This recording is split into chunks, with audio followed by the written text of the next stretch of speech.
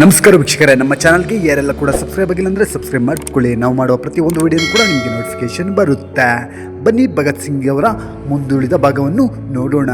ನೀತಿ ನಾಯರ್ ಅವರ ಪ್ರಕಾರ ಈ ಭಯೋತ್ಪಾದಕ ಕೃತ್ಯದ ಬಗ್ಗೆ ಸಾರ್ವಜನಿಕ ಟೀಕೆ ನಿಸ್ಸಂದಿಗ್ಧವಾಗಿತ್ತು. ಗಾಂಧೀಜಿಯವರು ಮತ್ತೊಮ್ಮೆ ತಮ್ಮ ಕೃತ್ಯವನ್ನು ತೀವ್ರವಾಗಿ ಕೂಡ ಖಂಡಿಸಿದರು. ಅದೇನೇ ಇದ್ದರೂ ಜೈಲಿನಲ್ಲಿದ್ದ ಭಗತ್ ಸಿಂಗ್ ಹರ್ಷಗೊಂಡರು ಮತ್ತು ನಂತರದ ಕಾನೂನು ಕ್ರಮಗಳನ್ನು ನಾಟಕ ಎಂದು ಕೂಡ ಉಲ್ಲೇಖಿಸಿದರು ಎಂದು ವರದಿಯಾಗಿದೆ. ಸಿಂಗ್ ಮತ್ತು ದತ್ ಅಂತಿಮವಾಗಿ ಅಸೆಂಬ್ಲಿ ಬಾಂಬ್ ಹೇಳಿಕೆಯನ್ನು ಬರೆಯುವ ಮೂಲಕ ಟೀಕೆ ಕೂಡ ಪ್ರತಿಕ್ರಿಯಿಸಿದ್ದು ಹೀಗೆ: ನಾವು ಮಾನವ ಜೀವನವನ್ನು ಪದಗಳಿಗೆ ಮೀರಿ ಪವಿತ್ರವೆಂದು ಕೂಡ ಪರಿಗಣಿಸುತ್ತೇವೆ. ನಾವು ಗೌರವದ ವರ್ಜನೆಗಳನ್ನು ಕೂಡ ನಡೆಸುವವರಲ್ಲ ಅಥವಾ ಲಾಹೋರ್ನ ಟ್ರಿಬ್ಯೂನ್ ಮತ್ತು ಇತರರೆಂಬುವಂತೆ ಇದೇನು ಹುಚ್ಚರೂ ಅಲ್ಲ. ಆಕ್ರಮಣಕಾರಿಯಾಗಿ ಬಳಸಿದಾಗ ಬಲಪ್ರಯೋಗವು ಹಿಂಸೆ ಮತ್ತು ಆದ್ದರಿಂದ ನೈತಿಕವಾಗಿ ಅಸಮರ್ಥನೀಯವಾಗಿದೆ. ಆದರೆ ಅದನ್ನು ಕಾನೂನುಬದ್ಧ ಕಾರಣ ಮುಂದುವರಿಕೆಗೆ ಬಳಸಿದಾಗ ಅದು ತನ್ನದೇ ಆದ ನೈತಿಕ ಸಮರ್ಥನೆಯನ್ನು ಕೂಡ ಹೊಂದಿರುತ್ತದೆ ಎಂದು ಹೇಳಿದ್ದಾರೆ.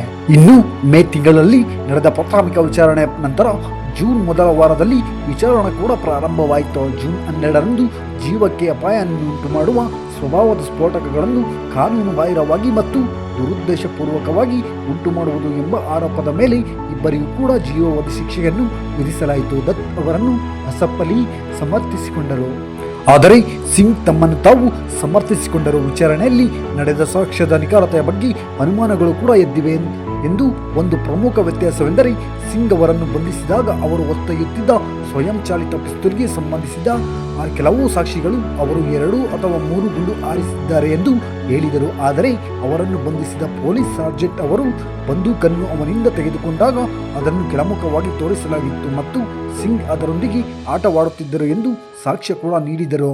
ಇಂಡಿಯಾ ಲಾ ಜರ್ನಲ್ನಲ್ಲಿನ ಲೇಖನವೊಂದರ ಪ್ರಕಾರ ಪ್ರಾಸಿಕ್ಯೂಷನ್ ಸಾಕ್ಷಿಗಳಿಗೆ ತರಬೇತಿ ಕೂಡ ನೀಡಲಾಗಿತ್ತು. ಅವರ ಖಾತೆಗಳು ತಪ್ಪಾಗಿದ್ದವು ಮತ್ತು ಸಿಂಗ್ ಸ್ವತಃ ಪಿಸ್ತೂಲನ್ನು ತಿರುಗಿಸಿದ್ದರು. ಸಿಂಗ್ಗೆ ಜೀವಾವಧಿ ಕೂಡ ಶಿಕ್ಷೆ ವಿಧಿಸಲಾಯಿತು.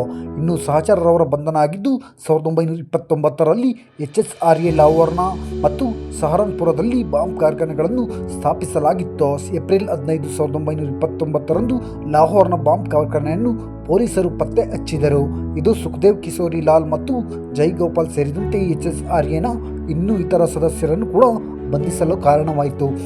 ಇದಾದ ಸ್ವಲ್ಪ ಸಮಯದ ನಂತರ ಸಹರನ್ಪುರ ಕಾರ್ಖಾನೆಯ ಮೇಲೂ ಕೂಡ ದಾಳಿ ನಡೆಸಲಾಯಿತು ಮತ್ತು ಕೆಲವು ಸಂಚುಕೋರರು ಮಾಹಿತಿದಾರರು ಹೊಸ ಮಾಹಿತಿ ಲಭ್ಯವಾದ ನಂತರ ಪೊಲೀಸರವರು ಇನ್ನೂ ಅಸೆಂಬ್ಲಿ ದಾಳಿ ಮತ್ತು ಬಾಂಬ್ ತಯಾರಿಕೆಯ 3 ಎಲೆಗಳನ್ನು ಸಂಪರ್ಕಿಸಲು ಕೂಡ ಸಾಧ್ಯವಾಯಿತು.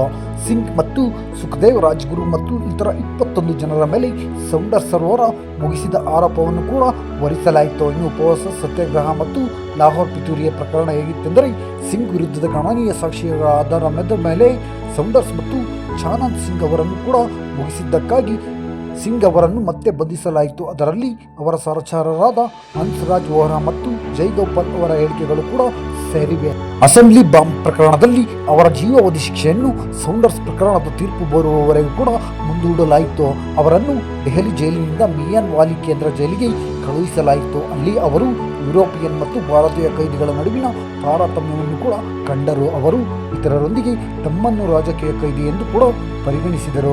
ದೆಹಲಿಯಲ್ಲಿ ಅವರು ವರ್ಧಿತ ಆಹಾರವನ್ನು ಕೂಡ ಪಡೆದಿದ್ದಾರೆ ಎಂದು ಅವರು ಗಮನಿಸಿದರು. ಅದನ್ನು ಮಿಯಾನ್ ವಾಲಿಯಲ್ಲಿ ಒದಗಿಸಲಾಗುತ್ತಿರಲಿಲ್ಲ. ಅವರು ಉಪವಾಸ ಸತ್ಯಾಗ್ರಹದಲ್ಲಿ ಇತರ ಭಾರತೀಯ ಸ್ವಯಂ ಗುರುತಿಸಲ್ಪಟ್ಟ ರಾಜಕೀಯ ಕೈದಿಗಳನ್ನು ಕೂಡ ಸಾಮಾನ್ಯ ಅಪರಾಧಿಗಳಂತೆ ನಡೆಸಿಕೊಳ್ಳುತ್ತಿದ್ದಾರೆಂದು ಕೂಡ ಭಾವಿಸಿದರು. ಅವರು ಆಹಾರ ಮಾನದಂಡಗಳು ಮತ್ತು ಬಟ್ಟೆ, ಶೌಚಾಲಯಗಳು ಮತ್ತು ಇತರ ನೈರ್ಮಲ್ಯ ಅಗತ್ಯತೆಗಳಲ್ಲಿ ಸಮಾನತೆಯನ್ನು ಕೂಡ ಒತ್ತಾಯಿಸಿದರ ಜೊತೆಗೆ ಪುಸ್ತಕಗಳು ಮತ್ತು ದಿನಪತ್ರಿಕೆಯನ್ನು ಪ್ರವೇಶಿಸುವಂತೆ ಕೂಡ ಒತ್ತಾಯಿಸಿದರು. ಹಾಗೂ ಜೈಲಿನಲ್ಲಿ ದೈಹಿಕ ದುಡಿಮೆ ಅಥವಾ ಯಾವುದೇ ಅಗೌರವದ ಕೆಲಸವನ್ನು ಕೂಡ ಮಾಡಲು ಅವರನ್ನು ಒತ್ತಾಯಿಸಬಾರದು ಎಂದು ಅವರು ಕೂಡ ವಾದಿಸಿದರು.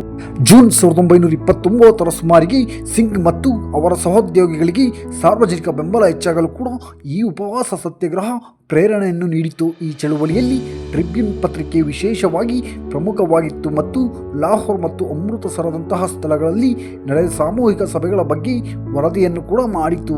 ಸಭೆಗಳು ಮಿತಿಗೊಳಿಸುವ ಪ್ರಯತ್ನದಲ್ಲಿ ಸರ್ಕಾರವು ಕ್ರಿಮಿನಲ್ ಸಂಹಿತೆಯ ಸೆಕ್ಷನ್ 144 ಅನ್ನು ಅನ್ವಯಿಸಬೇಕಾಯಿತು. ನಂತರ ಕೈದಿಗಳ ದೃಢ ಸಂಕಲ್ಪವನ್ನು ಪರೀಕ್ಷಿಸಲು ಸರ್ಕಾರವು ಜೈಲು ಕೋಣೆಗಳಲ್ಲಿ ವಿವಿಧ ಆಹಾರ ಪದಾರ್ಥಗಳನ್ನು ಇರಿಸುವ ಮೂಲಕ ಮುಷ್ಕರವನ್ನು ಮುರಿಯಲು ಪ್ರಯತ್ನಿಸಿತು. ಕೈದಿಗಳು ಬಾಯಾರಿಕೆಯಿಂದ ಇರಲು ಅಥವಾ ಅವರ ಮುಷ್ಕರವನ್ನು ಮುರಿಯಲು ನೀರಿನ ಹೂಜಿಗಳನ್ನು ಹಾಲಿನಿಂದ ತುಂಬಿಸಲಾಯಿತು.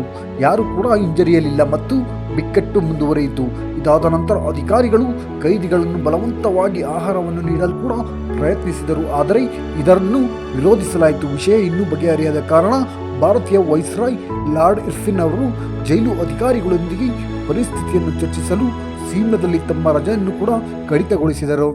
ಹಸಿವಿನಿಂದ ಬಳಲುತ್ತಿರುವವರ ಚಟುವಟಿಕೆಗಳು ರಾಷ್ಟ್ರವ್ಯಾಪಿ ಜನಪ್ರಿಯತೆ ಮತ್ತು ಗಮನವನ್ನು ಕೂಡ ಗಳಿಸಿದ್ದರಿಂದ ಸರ್ಕಾರವು ಸೌಂಡರ್ಸ್ ರವರ ವಿಚಾರಣೆಯ ಪ್ರಾರಂಭವನ್ನು ಕೂಡ ಮುಂದಕ್ಕೆ ತರಲು ನಿರ್ಧರಿಸಿತು. ಇದನ್ನು ಇನ್ನು ಮುಂದೆ ಲಾಹೋರ್ ಪಿತೂರಿ ಪ್ರಕರಣ ಎಂದು ಕೂಡ ಕರೆಯಲಾಯಿತು. ಸಿಂಗ್ ಅವರನ್ನು ಲಾಹೋರ್ನ ಬೋರ್ಸ್ಟಲ್ ಜೈಲಿಗೆ ಸಾಗಿಸಲಾಯಿತು ಮತ್ತು ವಿಚಾರಣೆಯು ಜುಲೈ 10, 1929 ಅಲ್ಲಿ ಪ್ರಾರಂಭವಾಯಿತು. ಇನ್ನು ಸೌಂಡರ್ಸ್ ರವರ ಪ್ರಕರಣ ಆರೋಪ ಹೊರಿಸುವುದರ ಜೊತೆಗೆ ಸಿಂಗ್ ಮತ್ತು ಇತರ 27 ಕೈದಿಗಳ ಮೇಲೆ ಕೂಡ ಸ್ಕಾಟ್ನ ಅವರು ಕೊಲೆಗೆ ಸಂಚು ರೂಪಿಸಿದ ಮತ್ತು ರಾಜನ ವಿರುದ್ಧ ಯುದ್ಧ ನಡೆಸಿದ ಆರೋಪ ಕೂಡ ಹೊರಿಸಲಾಯಿತು. ಇನ್ನು ಉಪವಾಸ ಸತ್ಯಾಗ್ರಹ ನಡೆಸುತ್ತಿದ್ದ ಸಿಂಗ್ ಅವರನ್ನು ಸ್ಟ್ರೆಚರ್ನಲ್ಲಿ ಕೈಗೋಳ ಹಾಕಿ ನ್ಯಾಯಾಲಯಕ್ಕೆ ಕೂಡ ಕರೆದೊಯ್ಯಬೇಕಾಯಿತು. ಸತ್ಯಾಗ್ರಹ ಆರಂಭಿಸಿದಾಗಿನಿಂದ ಅವರು ತಮ್ಮ ಮೂಲ ತೂಕ 60 kgಯಿಂದ 6 kg ತೂಕವನ್ನು ಕೂಡ ಕಡಿಮೆ ಮಾಡಿಕೊಂಡಿದ್ದರು. ಸರ್ಕಾರವು ರಿಯಾಯಿತಿಗಳನ್ನು ನೀಡಲು ಕೂಡ ಪ್ರಾರಂಭಿಸುತ್ತಿತ್ತು, ಆದರೆ ರಾಜಕೀಯ ಕೈದಿ ವರ್ಗೀಕರಣವನ್ನು ಗುರುತಿಸುವ ಮೂಲ ವಿಷಯದ ಬಗ್ಗೆ ಮುಂದುವರಿಯಲು ಕೂಡ ನಿರಾಕರಿಸಿತು. ಅಧಿಕಾರಿಗಳ ದೃಷ್ಟಿಯಲ್ಲಿ ಯಾರಾದರೂ ಕಾನೂನನ್ನು ಉಲ್ಲಂಘಿಸಿದರೆ ಅದು ವೈಯಕ್ತಿಕ ಕೃತ್ಯ, ರಾಜಕೀಯವಲ್ಲ ಮತ್ತು ಅವರು ಸಾಮಾನ್ಯ ಅಪರಾಧಿಗಳು. ಈಗ ಅದೇ ಜೈಲಿನಲ್ಲಿ ಇರಿಸಲ್ಪಟ್ಟ ಮತ್ತೊಬ್ಬ ಉಪವಾಸ ಸತ್ಯಾಗ್ರಹಿ ಜತೇಂದ್ರನಾಥ್ ದಾಸ್ ಅವರ ಸ್ಥಿತಿ ಗಣನೀಯವಾಗಿ ಕೂಡ ಹದಗೆಟ್ಟಿತ್ತು. ಜೈಲು ಸಮಿತಿಯವರನ್ನು ಬೇಷರತ್ತಾಗಿ ಬಿಡುಗಡೆ ಮಾಡಲು ಕೂಡ ಶಿಫಾರಸು ಮಾಡಿತು, ಆದರೆ ಅದಕ್ಕೆ ಸರ್ಕಾರವು ಆ ಸಲಹೆಯನ್ನು ತಿರಸ್ಕರಿಸಿತು ಮತ್ತು ಅವರನ್ನು ಜಾಮೀನಿನ ಮೇಲೆ ಬಿಡುಗಡೆ ಮಾಡಲು ಕೂಡ ಮುಂದಾಯಿತು. ಸೆಪ್ಟೆಂಬರ್ 13, 1929 63 ದಿನಗಳ ಉಪವಾಸ ಸತ್ಯಾಗ್ರಹದ ನಂತರ ದಾಸ್ ಕೂಡ ನಿಧನರಾಗುತ್ತಾರೆ. ದೇಶದ ಬಹುತೇಕ ಎಲ್ಲ ರಾಷ್ಟ್ರೀಯತಾವಾದಿ ನಾಯಕರು ದಾಸ್ ಅವರ ಸಾವಿಗೆ ಗೌರವ ಸಲ್ಲಿಸಿದರು. ಮಹಮ್ಮದ್ ಅಲಂ ಮತ್ತು ಗೋಪಿಚಂದ್ ಭಾರ್ಗವ ಪ್ರತಿಭಟನೆಯಲ್ಲಿ ಪಂಜಾಬ್ ಶಾಸಕಾಂಗ ಮಂಡಳಿಗೆ ರಾಜೀನಾಮೆ ಕೂಡ ತಿಳಿಸಿದರು ಮತ್ತು ಲಾಹೋರ್ ಕೈದಿಗಳ ಅಮಾನವೀಯ ವರ್ತನೆಯ ವಿರುದ್ಧ ಖಂಡನೀಯವಾಗಿ ನೆಹರು ಕೇಂದ್ರ ವಿಧಾನಸಭೆಯಲ್ಲಿ ಯಶಸ್ವಿಯಾಗಿ ಮುಂದೂಡಿಕೆಗೆ ನಿರ್ಣಯವನ್ನು ಕೂಡ ಮಂಡಿಸಿದರು. ಸಿಂಗ್ ಅವರು ಅಂತಿಮವಾಗಿ ಕಾಂಗ್ರೆಸ್ ಪಕ್ಷದ ನಿರ್ಣಯ ಮತ್ತು ಅದರ ತಂದೆಯ ಕೋರಿಕೆಯನ್ನು ಕೂಡ ಪಾಲಿಸಿದರು. 116 ದಿನಗಳ ನಂತರ ಅಕ್ಟೋಬರ್ 5, 1929 ತಮ್ಮ ಉಪವಾಸ ಸತ್ಯಾಗ್ರಹವನ್ನು ಕೂಡ ಕೊನೆಗೊಳಿಸಿದರು.